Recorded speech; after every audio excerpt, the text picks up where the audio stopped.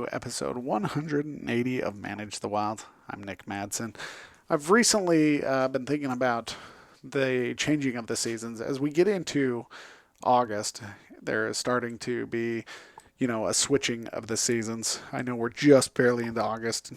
You don't want to say summer is ending, but my wife's a teacher and she's already back in her classroom getting ready for school to start. And for me, when she goes back to school, that's kind of the beginning of fall.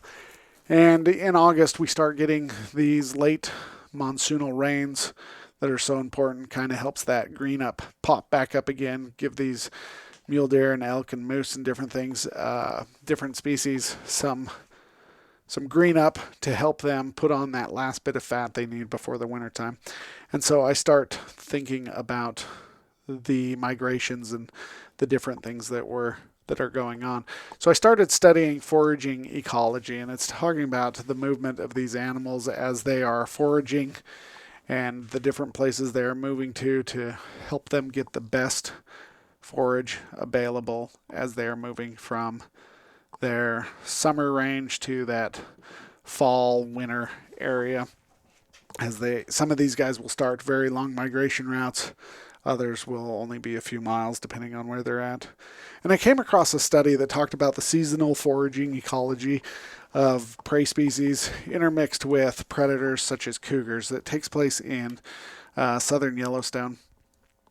And there are multiple species that are moving through this area. Let's see if we can find them.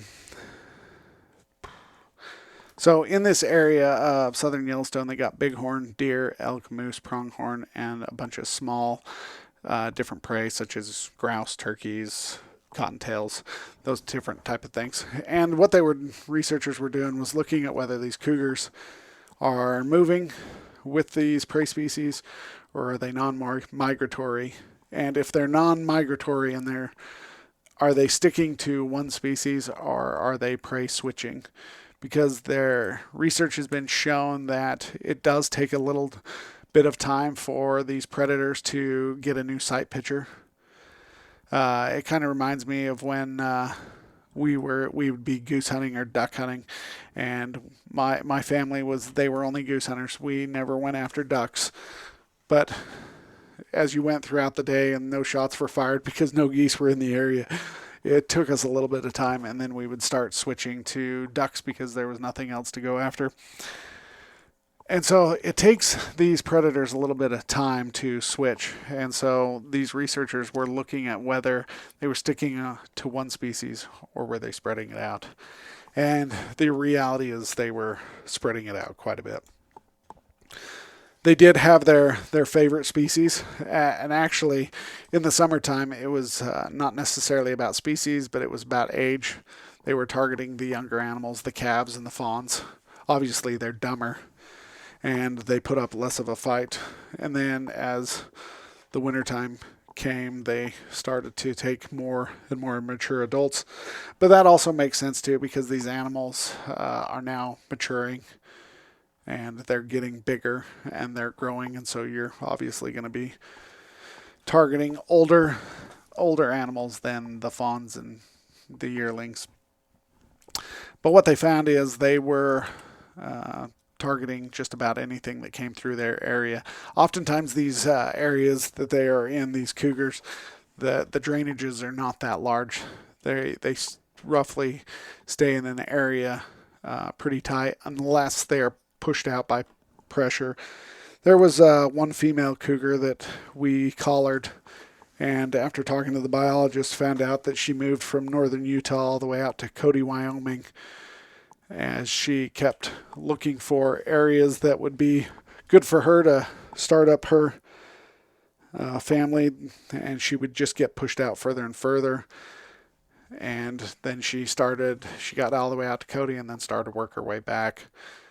But these cats, as long as they're not pressured and pushed, they should stay pretty tight in an area. And what they're doing as these multiple prey species are moving through, they're just being targeted for availability. They're not one being more targeted than the other.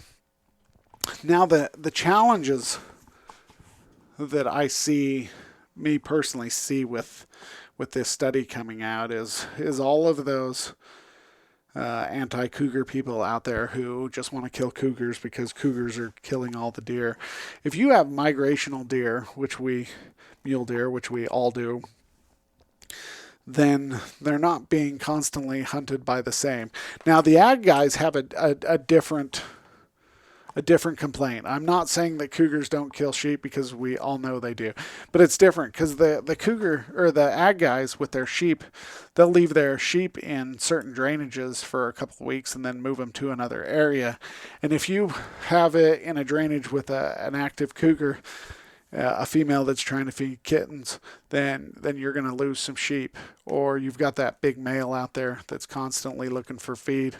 And then the amount of other predator species, coyotes and badgers, whatnot, they're going to be feeding on that carcass as well. So the ag guys have a different complaint, but when you're talking about mule deer and cougars, it's going to be harder to identify them as the culprit for, as a limiting factor.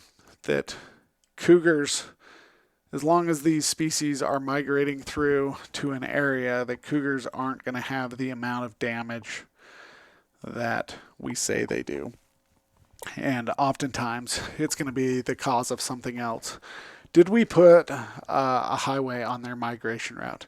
Did we put a subdivision in an area in their fawning grounds, or a supermarket? Because I know all those things are being done around us.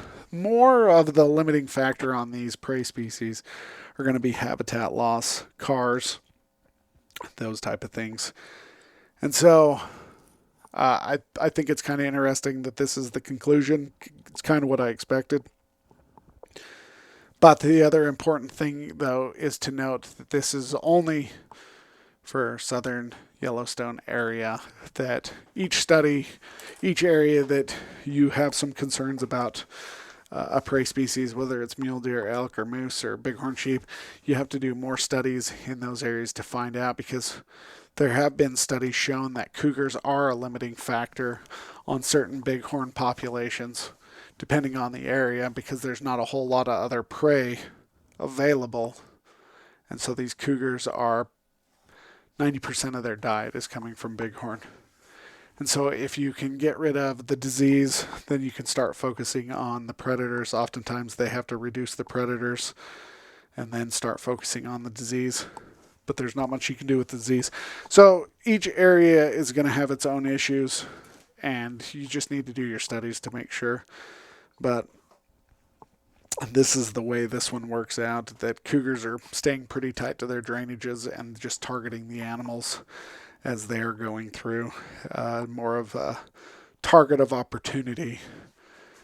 I think there's a lot of people who think that they just find one mule deer or find one species and they just follow them and keep targeting them over and over and over again. And that's just not the case, at least not in this study. All right, you guys, have a great day. Stay wild.